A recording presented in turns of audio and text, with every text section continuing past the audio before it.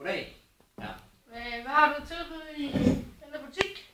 Jeg har simpelthen det nyeste produkt. Det er hudkraft på dåse, eller flaske er det faktisk. Ja, okay. Det er simpelthen det bedste, og det virker meget bedre end Solarie. Altså, jeg går til Solarie, så det der vil være nemmere løsning.